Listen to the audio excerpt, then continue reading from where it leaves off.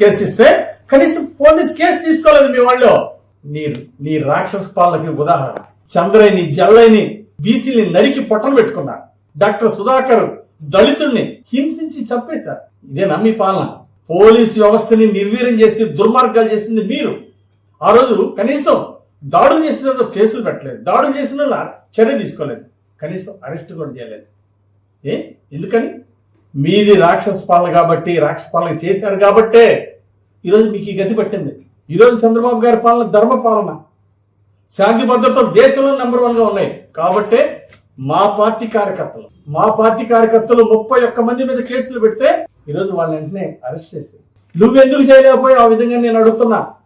అదే వైసీపీలో మీరు మీ పార్టీ వాళ్ళ మీద ఎప్పుడైనా అరాచకాలు చేసిన వాళ్ళు కేసులు పెట్టారా? మర్డర్లు చేసిన వాళ్ళ మీద మీరు ఎప్పుడైనా అరెస్ట్ చేశారా? మీ రాక్షస పాలనలో మహిళల్ని మానభంగం చేస్తే కూడా కేసులు లేకుండా చేశారు. ఎంత దుర్మార్గం!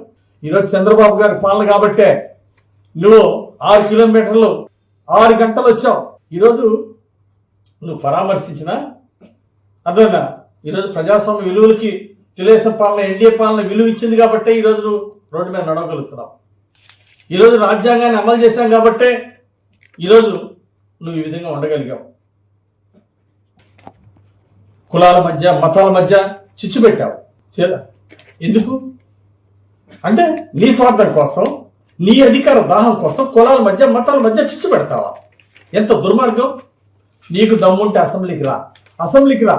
నీ 5 సంవత్సరాల పాలనలో ఎంత దోపిడీ జరిగింది, ఎన్ని అరాచకాలు జరిగినాయో రా, చర్చ పెడదాం రా. శాంతి పద్ధతులు నీ టైంలో ఎలా ఉన్నాయో ఈరోజు ఎన్డీఏ పాలనలో చంద్రబాబు గారి పాలన ఎలా ఉన్నాయో చర్చ చేద్దాం రా. దమ్ముంటే రా, అసెంబ్లీకి రా, చర్చ చేద్దాం. లా అండ్ ఆర్డర్ అప్పుడు బాగుందా, ఇప్పుడు బాగుందా, చర్చ చేద్దాం రా. మీ అరాచకాల గురించి చర్చ చేద్దాం రా. మీ దోపిడీ గురించి చర్చ చేద్దాం రా అసెంబ్లీకి. మీరు దోపిడీ చేశారు కాబట్టి, అరాచక పాలన ఇచ్చారు కాబట్టి ఈరోజు అసెంబ్లీ రావడానికి మీరు భయపడుతున్నారు.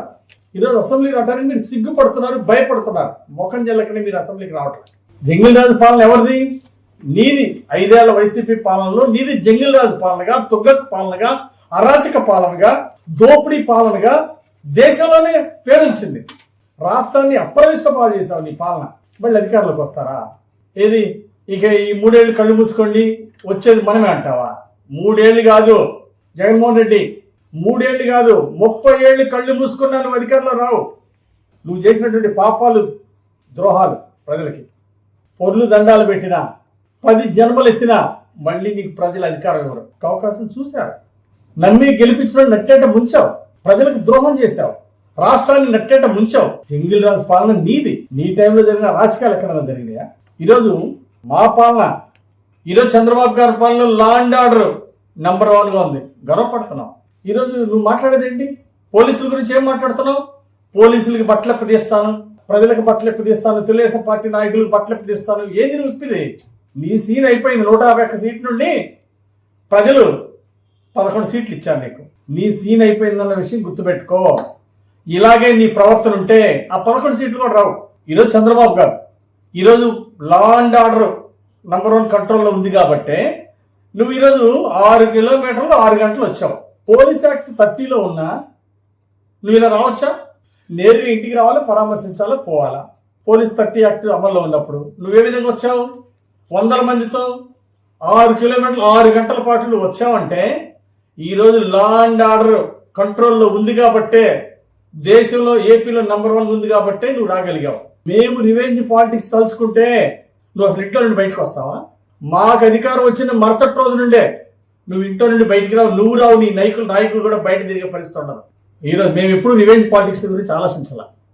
చంద్రబాబు గారిని తప్పుడు కేసు పెట్టి జైల్లో పెట్టినా ఈరోజు నిన్ను చట్ట ప్రకారం మీరు చేసినటువంటి తప్పుల్ని చట్ట ప్రకారం ప్రజాస్వామ్యతంగా రాజ్యాంగ పరంగా మీకు బుద్ధి చెప్తున్నావు. కానీ ఏ రోజు మేము చట్టాన్ని ఉల్లంఘించాల.